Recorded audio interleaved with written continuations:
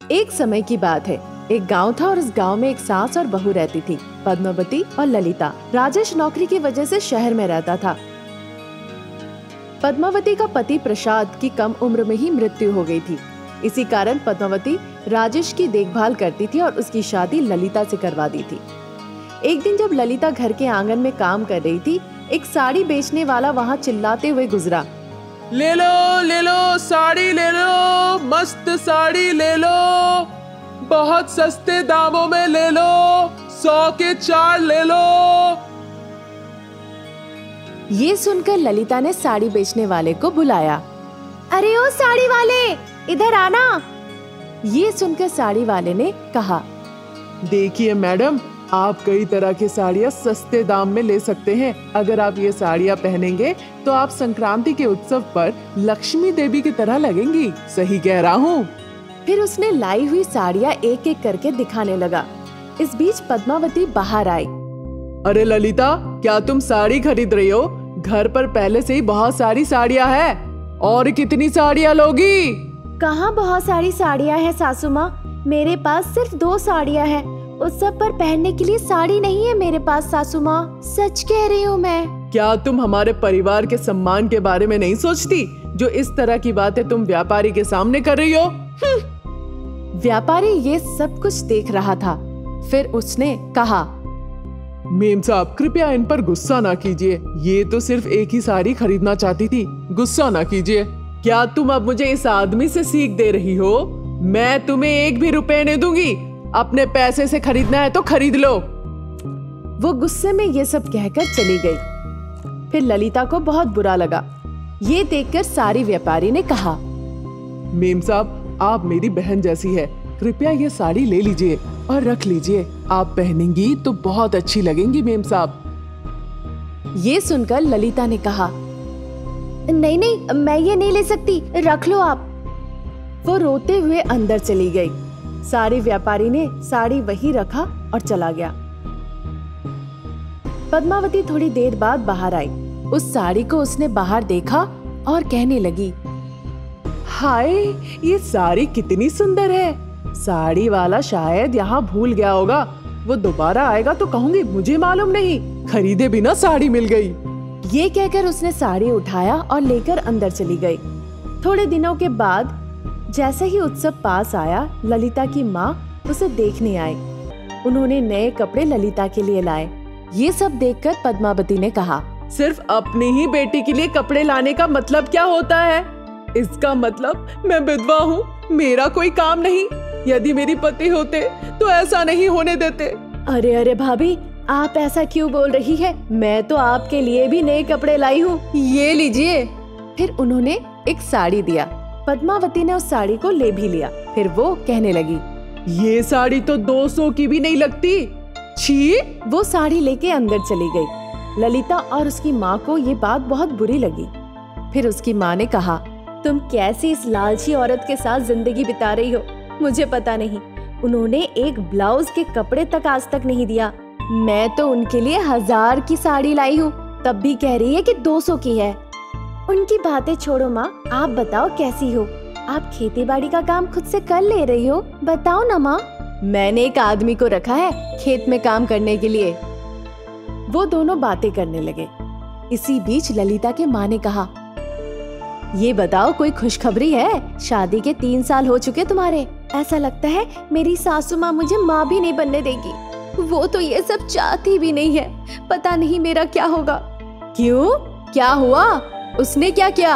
अब क्या होगा? अगर हमारे बच्चे होंगे तो खर्च भी बढ़ेंगे, और हमारे बच्चे तब होंगे जब मेरे पति करोड़ों कमाएंगे, यही सास ने कहा है। अरे ये किस तरह की बात है? रुको, मैं बात करती हूँ। ललिता की माँ ने पद्मावती से बात किया। भाभी, क्या ये न्याय है? माँ बनना हर लड़की की तमन्ना होती है। शादी और बच्चे जिंदगी की एक हिस्सा है। आपने कहा है मेरी बेटी बच्चा पैदा नहीं कर सकती। कितनी बुरी बात है ये। हाँ, ये मेरे लिए एक न्याय के तरह ही है। आजकल हमारे ही बहुत खर्च है। अगर बच्चे होंगे तो खर्च बढ़ेंगे। सिर्फ वही जानते हैं जो कमाते हैं। मुझे खुद पर दया आती है। मैंने ऐसे परिवार में अपनी बेटी को भेजा। हे भगवान, मेरी बेटी को बचाओ। वो रोई और वहां से चली गई। माँ रुको, रुको तो, रह जाओ आज माँ। उसने बहुत विनती की ठहर जाने के लिए, पर ललिता की माँ वहां से चली गई। पद्मावती ने फिर कहा, जाने दो उसे, हमारा नाश्ता तो बच गया। फिर वो ललिता को बहुत गुस्से से देखने लगी। उधर ललिता अकेले बैठे बैठे मनी मन बहुत दुखी हो रही थी। हे भगवान, ये क्या है? मेरे सास इतनी लालची क्यों है? वो हमें खुशी से जीने भी नहीं देती। कृपया उन्हें बदल दीजिए। मुझे ये सब बातें पति से कहना अच्छा नहीं लगता। हे भगवान, कृपया उन्हें बदल दीजिए। मैं आपकी बहुत आभारी रहूंगी। अगर मेरी सासू माँ बदल गई तो मुझे बहुत अच्छा लगेगा। ये सब सोचकर वो बैठे बैठे बहुत दुखी हो रही थी। अगले दिन सुबह पद्मावती ललिता से कहने लगी, अरे ओ ललिता, अभी तक उठी नहीं? सब काम बाकी है। वो ललिता के पास गई। ललिता को बुखार था। ये देखकर पद्मावती ने कहा, क्या तुम्हें बुखार है? रुको, मैं अभी के अभी डॉक्टर बुलाती हूँ। उन्होंने डॉक्टर को बुलाया। डॉक्टर ने ललिता की जांच की और दवाइयाँ लिख कर दी। जांच करने के बाद डॉक्टर साहब ने कहा, काफी ज्यादा बुखार है, मैं कुछ दवाइयाँ लिख कर दूंगा, जल्दी ठीक हो जाएगी। डॉक्टर साहब ने दवाइयाँ लिख कर दी। ये देखकर पद्मावती ने डॉक्टर साहब से कहा, डॉक्टर साहब, ये सारी दवाइयाँ कितनी की है, जरा मुझे बताइए। लगभग 500 रुपए की होगी, ज्यादा नहीं। हे भगवान, बुखार के लिए 500 रुपए! देखिए, उन्हें जुकाम और बुखार है, हमें एक दिन में 3 बोतल सलाइन चढ़ानी पड़ेगी। ये बहुत कमजोर है, ऐसे बिल्कुल नहीं चलेगा। ठीक है, आप जा सकते हैं, मैं ख्याल रख लूंगी। कृपया सावधानी बरते, नहीं तो कुछ भी हो सकता है। हाँ, मुझे मालूम है, जब मैं आपसे मिलने आई थी तब मेरे पैरों में दर्द था। आपने कई दवाइयाँ दी थी, पर मेरे पैरों का दर्द किसी दवाई से गायब नहीं हुआ। मैंने आपको 10 रुपए फीस भी दिया था। ठीक है, दूसरी बार मैं आपको फीस दूंगी। डॉक्टर साहब चले गए। फिर वो अंदर गई। अंदर जाके वो ललिता को बुखार का दवाई दी। ललिता, दवाई ले लो, बुखार ठीक हो जाएगा।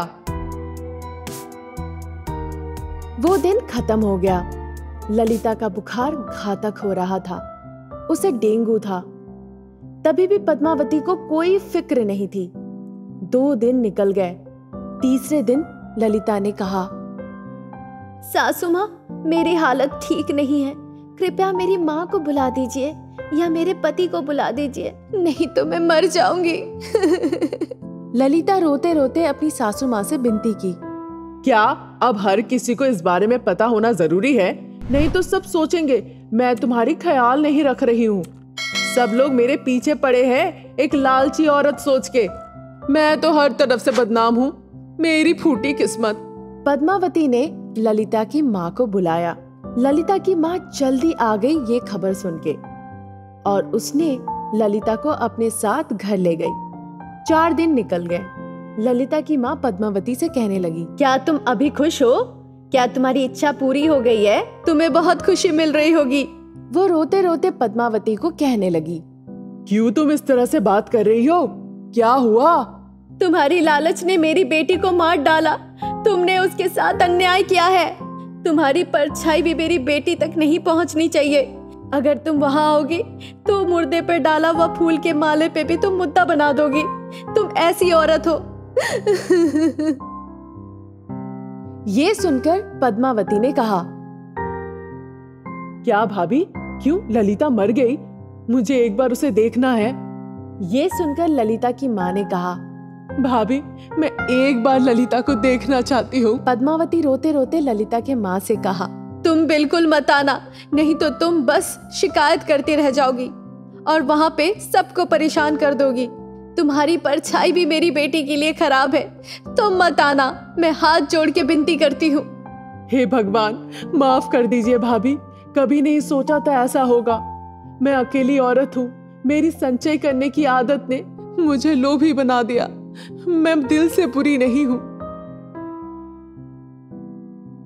इस बीच ललिता वहां आ गई। ललिता को देखकर पद्मावती ने कहा, ललिता, तुम ठीक तो हो ना? उसे कुछ नहीं हुआ। एक दिन भी देर होता तो डॉक्टर ने कहा वो मर सकती थी। हीमोग्लोबिन कम होने की वजह से। अगर वो यहाँ रहती तो वो निश्चित रूप से मर जाती। तुम दोनों ने मुझे अच्छा शिक्षा दिया। अब मैं ऐसा व्यवहार कभी नहीं करूंगी। ये मेरा वादा रहा। क्षमा करो मुझे। उस दिन से पद्मावती का स्वभाव बदल गया और वो खुशी खुशी सबके साथ मिलके रहने लगी।